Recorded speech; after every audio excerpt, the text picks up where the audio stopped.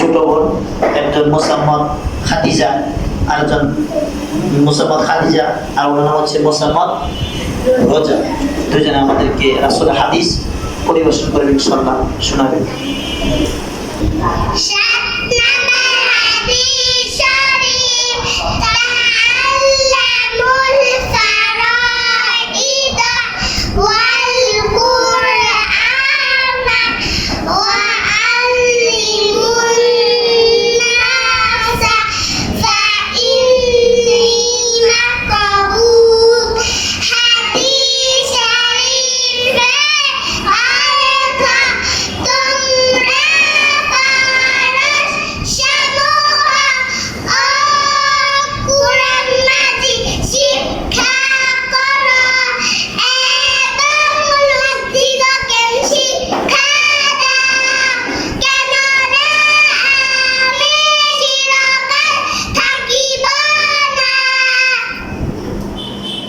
মাশাআল্লাহ,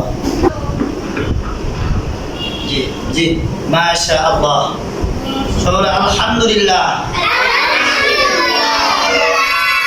আমাদেরকে কত সুন্দর একটা হাদিস আমাদের সম্মুখে উপস্থাপন করেছে, তাই না? হাদিসটা কি বলছে বলুন তো? তাআল্লামুল ফারাইদ ওয়াল কুরআন ওয়া আল্লিমুন নাসা ফাইন্নী মাকবুল। হুজুর সাল্লাল্লাহু আলাইহি ওয়াসাল্লাম কি বলছেন বলেন তো? তোমরা ফরজ সমূহ ও কোরআন মাজিদ শিক্ষা করো এবং লোকদিগকে শিক্ষা দাও, কেননা আমি চিরকাল থাকিব না। আমাদের নবী যখন দুনিয়াতে যতদিন জীবিত ছিলেন, আপনারা জানেন, যতদিন জীবিত ছিলেন সাহাবাদেরকে হাদিস, তারপর নামাজের তালিম, দ্বীনের কথা শুনিয়েছেন। আমরা এই যুগ পাই নাই।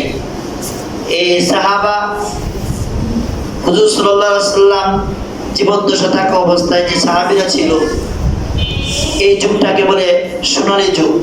কি যুগ বলেন তো? সোনালী যুগ। এই যুগটা এখন বর্তমান নাই,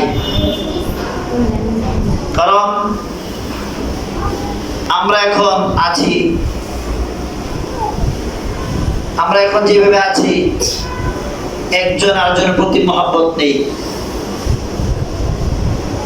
ভাই ভাইয়ের প্রতি বর্তমান মহব্বত নেই, বাবা সন্তানের প্রতি তেমন মহব্বত নেই। একমাত্র সঠিক দ্বীনের বুঝ না থাকার কারণে,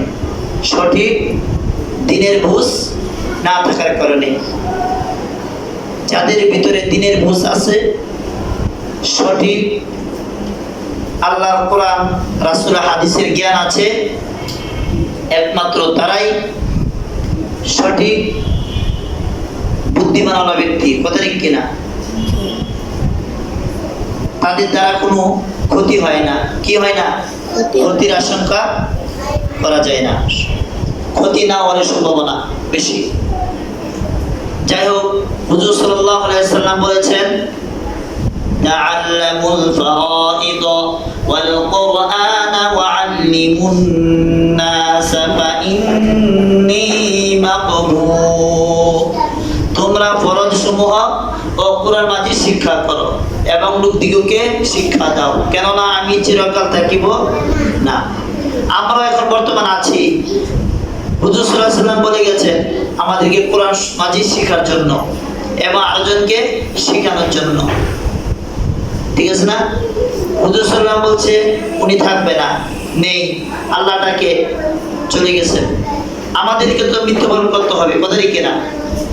আমরাও কি করব? এই রাসূলের হাদিসের শিক্ষা, রাসূলের হাদিস দ্বারা আমরা কি শিক্ষা পাইলাম? আমাদেরকেও কোরআন শিখতে হবে এবং সেই মতো আমল করতে হবে, এবং আমি যতটুকু জানি অতটুক আরেক ভাইকে শোনাতে হবে। বুঝে আসছে? আরেক ভাইকে আমি কোরআন যতটুকু জানি অতটুকু কি পড়ানোর চেষ্টা করতে হবে। আরেক ভাই পারে না, তাকে শিখাইতে হবে, তাকে শিখাইতে হবে। আমরা শেখাবো তো ইনশাআল্লাহ। আমরা নিজে পড়তে হবে না কি? আল্লাহ তাআলা আমাদের প্রত্যেককে আল্লাহর কোরআন, রাসূলের হাদিস সহিহ করে পড়ার তৌফিক দান করুন, বলে আমিন। এবং আমরা প্রত্যেককে যেন আমরা আল্লাহর কোরআন, রাসূলের হাদিস যেন প্রত্যেককে যেন আমরা শিখাইতে পারি। আল্লাহ তাআলা তৌফিক দান করুন, আমিন। কারণ আমরা চিরকাল থাকবো না। আপনি আমি যখন মৃত্যুবরণ করব, আপনি আমি যখন এখন ভাবে পড়বো, পড়ার পরে কুল্লু নাফসিন যায়িকাতুল মাউত সুম্মা ইলাইনা তুরজাউন, কোরআনের আয়াত। আল্লাহ তাআলা বলেন আল্লাহর হুকুম যখন হবে, আল্লাহর হুকুম যখন হবে,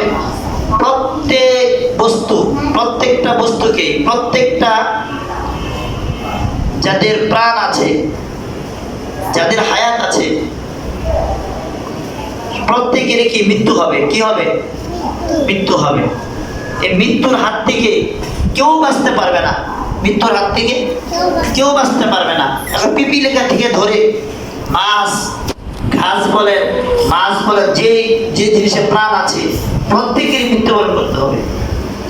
কিন্তু প্রত্যেকে মৃত্যুবরণ করবে, তাদের মৃত্যু, আপনি আমার মৃত্যু, ঠিক আছে, সবারই মৃত্যু হবে। কিন্তু মৃত্যুর পরে হিসাবটা হবে ভিন্ন। আপনি আমার যেরকম হিসাব হবে, গাছপালা, পিপিলিকা, তাদের হিসাব, আপনার আমার হিসাব ভিন্ন হবে। আপনি আমার হিসাব এক হবে না। আপনি আমার মৃত্যুর পরে আপনি আমার হিসাব হবে। হিসাবটা কেমন হবে? আল্লাহ তাআলা দেখা গেছে কি মৃত্যুর পরে যারা ভালো কাজ করে, দুনিয়াতে ভালো কাজ করে, আল্লাহকে সন্তুষ্ট করে, আল্লাহ রাসূলকে খুশি করে যাদের মৃত্যু হবে, তাদেরকে আল্লাহ তাআলা কি করবেন? জান্নাত দিবেন। কি দিবেন? জান্নাত শান্তির জায়গা, জাহান্নাম কষ্টের জায়গা। জাহান্নাম কষ্টের জায়গা, কিন্তু আল্লাহ তাআলা জান্নাত দিবেন আমাদের। আমরা প্রত্যেকে আশা করি জান্নাত। কি বলেন তো? জান্নাত। জান্নাত, জান্নাত শান্তির জায়গা। জান্নাতে সব কিছু আছে, আল্লাহ তাআলা রেখে দিয়েছেন। জান্নাতে দুধের নদী আছে, মধুর নদী আছে, এমনকি ফল ফুলের গাছের বাগান আছে। এক একটা গাছের শিকড় থাকবে স্বর্ণের, সুবহানাল্লাহ বলেন, স্বর্ণের শিকড় থাকবে মেয়া। আর ফলের, এক একটা ফলের স্বাদ হবে ভিন্ন রকমের, না হলো 70 রকমের স্বাদ হবে। এক একটা ফলের ভিতর ফ্লেভার থাকবে, এক একটা ফলের এক একটা ফ্লেভার থাকবে, এক একটা ফলের এক একটা ফ্লেভার থাকবে, এক একটা ফলের মানে গ্রাম থাকবে, এক এক রকম গ্রাম থাকবে। এক একটা ফলে 70 রকম স্বাদ হবে, আর ভিন্ন রকম, প্রত্যেকটা ভিন্ন রকম ফ্লেভার থাকবে, আর ভিন্ন রকম স্বাদ থাকবে। একটা বড়ই হবে, এক একটা বড়ই হবে এই ঘরের মতো বড় বড়। ঘরের ভিতরে রুম আছে না, সহজে আমরা বসবাস করি, রুম মনে করি এর থেকে বড় বড়। অর্থাৎ একটা মটকা, মটকা চিনেন? আগে ছিল। কলসি চিনেন? কলসিতে বড় বড় এক একটা বড়ই হবে, সুবহানাল্লাহ বলেন। আর এই বড়ই কাছে কখনো কাটা থাকবে না। এক ইহুদি হুজুর সাল্লাল্লাহু আলাইহি ওয়াসাল্লামকে প্রশ্ন করেছিলেন, ইয়া রাসূলুল্লাহ, আপনি যে বলতেছেন জান্নাতে বড়ই আছে, এত বড় বড় বিশাল বড় বড়ই হবে, এই বড়ই গাছে কি কাটা থাকবে না? দুনিয়ার বড়ই গাছে কাটা আছে, কি আছে?